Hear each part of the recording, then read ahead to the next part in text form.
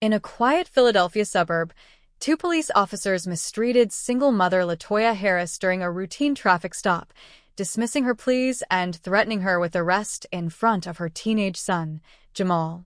Humiliated and powerless, LaToya faced the weight of their authority, until Jamal made a single phone call that reached the mayor's office.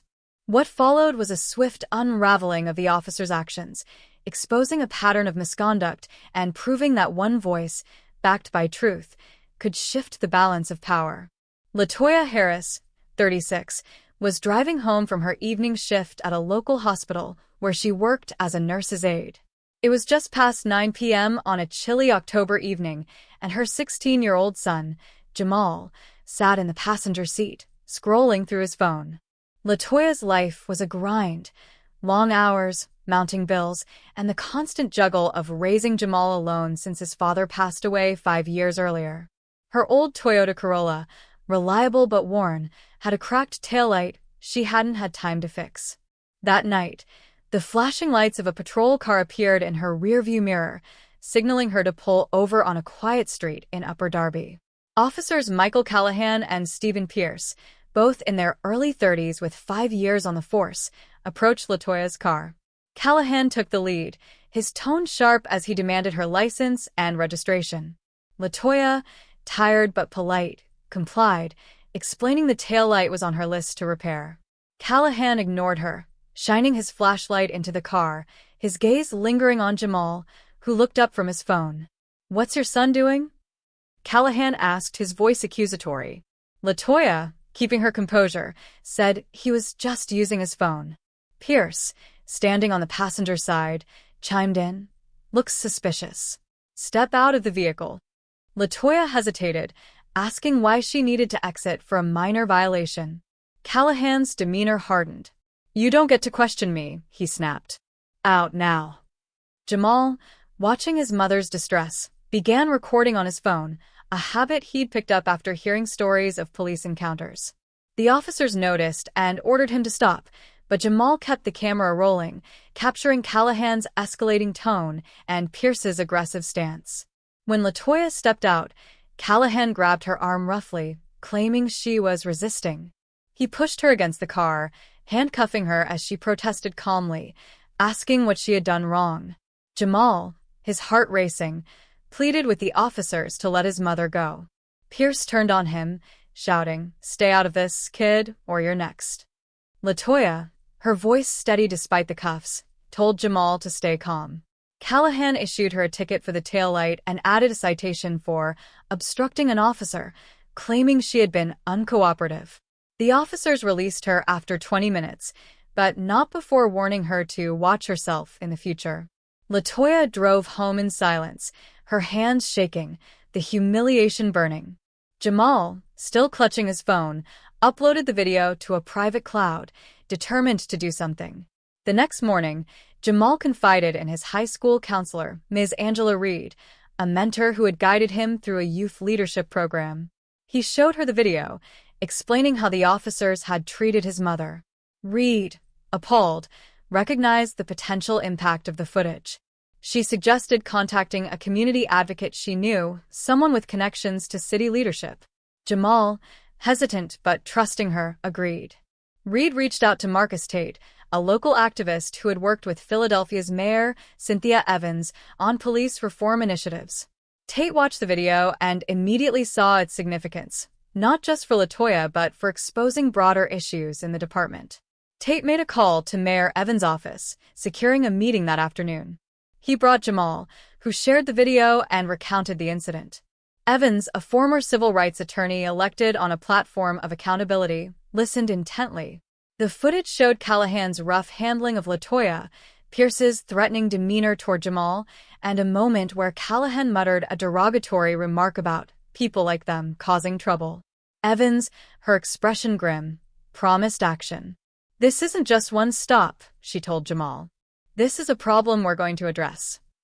Evans contacted the Upper Darby Police Department's chief, Karen Mitchell, ordering an immediate investigation into Callahan and Pierce. She also assigned her deputy, Sarah Nguyen, to work with the city's Civilian Oversight Board to review the case. Meanwhile, Tate shared the video with a local news outlet, ensuring it was anonymized to protect Latoya and Jamal's identities until they were ready. By evening, the story broke. Viral video shows Upper Darby officers mistreating single mother during traffic stop. Social media erupted, with hashtags like hashtag Justice for Latoya and hashtag Upper Darby PD trending. Latoya, initially reluctant to go public, agreed to meet with Nguyen and the oversight board. She shared her experience, emphasizing how the officers' actions had left her feeling powerless. "I'm a nurse's aide," she said. "I help people every day, but that night, I was treated like a criminal in front of my son." The board reviewed the video, which clearly contradicted Callahan's report claiming Latoya had been combative. The footage showed her compliance and the officer's unwarranted aggression. Nguyen promised a thorough investigation, including a review of the officers' histories. The investigation uncovered troubling patterns. Callahan had 12 complaints over 5 years, most involving excessive force or biased treatment of Black and Latino residents. Pierce had 8 similar complaints. Many had been dismissed due to lack of evidence or witnesses, a common issue in a department with spotty body camera compliance. The oversight board, armed with Jamal's video, recommended immediate suspension for both officers. Chief Mitchell, under pressure from Evans, complied, placing Callahan and Pierce on administrative leave pending a full review. The story gained national attention, with outlets like CNN and The Washington Post covering it. Community groups rallied, organizing protests outside the Upper Darby police station, demanding systemic reform. Mayor Evans met with Latoya and Jamal privately, apologizing on behalf of the city. "Your son's courage brought this to light," she told Latoya. "We're going to make changes." She announced new policies: mandatory body cameras for all officers, enhanced bias training, and a public dashboard to track complaints. She also appointed a task force to review past cases involving Callahan and Pierce.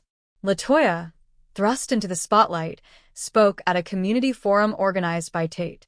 "I didn't want this attention," she said, her voice steady. "But if it helps one other mother avoid what I went through, it's worth it." Jamal, standing beside her, added, "I just wanted to protect my mom. That's why I made the call." Their words resonated, inspiring others to share their own stories of police mistreatment.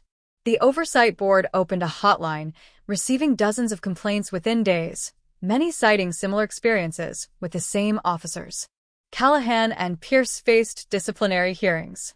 The video, combined with their complaint histories, led to their termination.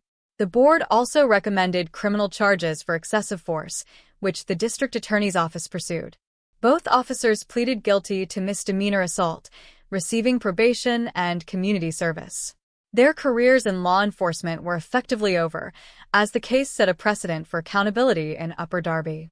Latoya's life changed in unexpected ways. The hospital where she worked promoted her to a supervisory role, citing her resilience and community impact. She used the attention to advocate for single mothers, partnering with local nonprofits to provide job training and childcare support. Jamal, inspired by the experience, joined a youth advocacy group, mentoring other teens on civic engagement.